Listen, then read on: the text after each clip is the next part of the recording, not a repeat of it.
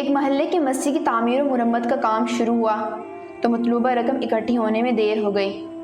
Committee انتظامیہ نے امام مسجد صاحب سے کہا کہ محلے کی اس نکڑ والا بندہ بہت بڑا تاجر ہے، مگر گمراہی میں انتہا کو پہنچا ہوا ہے۔ اگر آپ میں ہمت ہے تو اس تاجر سے بات کر لیں، ممکن ہے کہ کوئی صورت بن جائے۔ امام صاحب نے حامی بھر لی اور ایک دن شام کو جا کر اس تاجر کا دروازہ کھٹکھٹایا۔ چند لمحے بعد تاجر صاحب باہر آئے۔ امام صاحب نے اپنے آنے کی وجہ بتائی تو تاجر صاحب غصہ ہو گئے اور بولے کہ ایک تو تمہارے اسپیکروں کے بار بار چلنے سے ہمارا سکون برباد ہے، اور اوپر سے تم میرے گھر تک آ پہنچے ہو، اور دوسرے محلے دار مر گئے ہیں جو مجھ سے چندہ لینے کی ضرورت آ پہنچی۔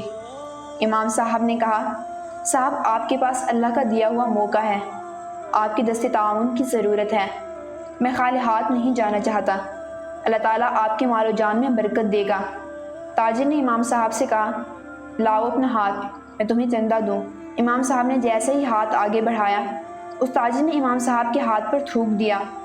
امام صاحب نے بسم اللہ پڑھ کر یہ تھوک والا ہاتھ اپنے سینے پر مل لیا اور دوسرا ہاتھ اس تاجر کی طرف بڑھاتے ہوئے کہا، یہ امداد تو میرے لیے ہو گئی۔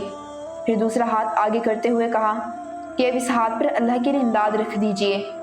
اس تاجر کو نہ جانے کیا محسوس ہوا کہ اس کی آنکھوں میں آنسو آ گئے اور منہ سے استغفر اللہ نکلنا شروع ہو گیا۔ کچھ لمحات کے بعد تاجر شرمندہ ہوا اور اپنے جذبات پر قابو پاتے ہوئے دھیمے سے لہجے میں بولا، بتائیے کتنے پیسے درکار ہیں؟ امام صاحب نے کہا، ابھی 3 لاکھ روپے سے کام چل جائے گا۔ تاجر نے کہا، نہیں، یہ بتائیے آپ کو مکمل پروجیکٹ کے لیے ٹوٹل کتنے پیسوں کی ضرورت ہے؟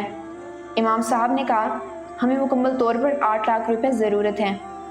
تاجر صاحب اندر جا کر 8 لاکھ روپے کا ایک چیک بنا کر لائے اور امام صاحب کو دیتے ہوئے کہا، آج سے اس مسجد کا جو بھی خرچہ ہو مجھ سے لے لیجیے گا، اور آج سے اس مسجد کی تمام ذمہ داری میری ہے۔